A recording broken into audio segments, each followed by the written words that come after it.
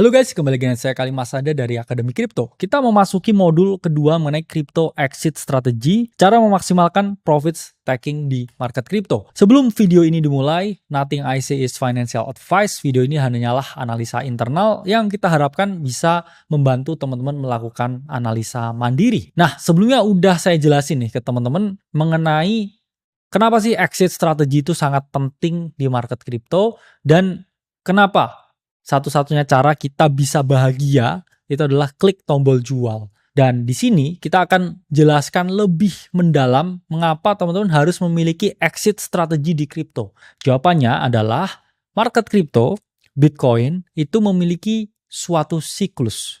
Jadi ketika teman-teman mau untung, teman-teman itu harus memahami siklusnya. Dan cara teman-teman untuk rugi itu tidak memahami siklusnya dan masuk di waktu yang salah.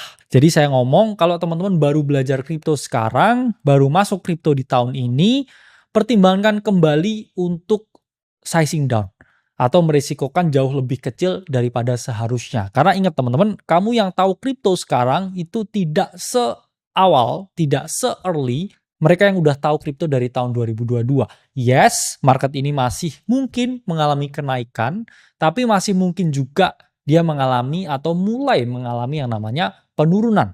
Jadi untuk kalian yang baru masuk kripto di tahun ini, bahkan untuk membeli Bitcoin pun, saya bilang di sini harus mulai hati-hati. Oke? Sama seperti musim, entah itu musim penghujan, musim panas, ada juga ya musim panen, ya, kemudian musim tanam padi. Di kripto pun juga sama, ada musim untuk membeli, ada musim juga untuk menjual. Kalau teman-teman mau untung, kamu beli ketika musim beli dan juga kamu jual ketika bukan musim jual, ketika transisi antara musim beli dan juga musim jual.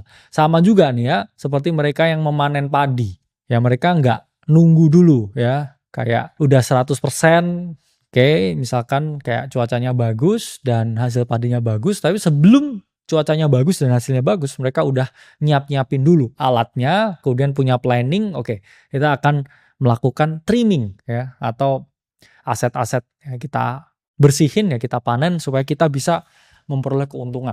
Jadi menanam modal, entah itu di pasar modal, itu di kripto, bahkan menanam padi juga, itu harus tahu teman-teman, harus dipetik ya. Kalau kamu nggak merealisasikan keuntunganmu itu akan hilang. Ingat ya teman-teman, akan hilang. Teman-teman harus paham fase bull market dan juga fase bear market. Di kripto itu saya ngomong mengapa banyak sekali orang bisa kaya di sini, itu adalah mereka yang tahu siklus dan memanfaatkan siklus ini dengan baik. Sedikit repetitif, sedikit lebih mudah dibaca dibandingkan dengan aset-aset yang lain karena ini masih baru teman-teman.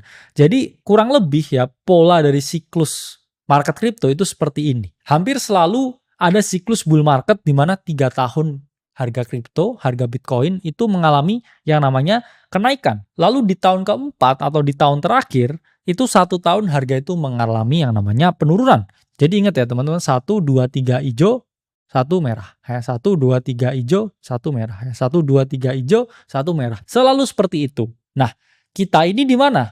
Kita ini ada di tahun ketiga, yang mana OTW tahun keempat. Dan sama seperti analogi sebelumnya ya, orang-orang yang mau memanen ya padi mereka setelah mereka tanam nih dari 2022, ini udah nyiapin ya alat-alat ya gerabah yang mana mereka gunakan untuk manen padinya ya. Jadi jangan sampai ya ini kamu ada di sini nih ya, banyak orang lain udah mau panen, kamu masih baru mau nanam nih di sini. Terus di sini kamu kena ya musim hujan terus rusak. Jadi jangan sampai hal itu terjadi ke kalian. Jadi kalian yang baru masuk kripto sekarang, gimana caranya? Kalau saya mau mulai belajar beli Bitcoin, gimana menghindari ya potensi atau risiko substansial yang ada? Nanti akan saya jelaskan secara mendalam juga di modul ini. Jadi kita di sini teman-teman ya, kita udah ada di tahun ketiga, yang mana ya di tahun ketiga ya kita harusnya ya lebih hati-hati karena sebentar lagi ya ada potensi ya musim hujan yang menghantui. Jangan sampai ya di sini kita malah mau mulai nanam padi atau benar-benar di puncaknya di sini ya, kalian baru nanam padi di sini. Ya ini kalian akan ya berpotensi menghadapi yang namanya musim hujan. Nah, ini pasti jawaban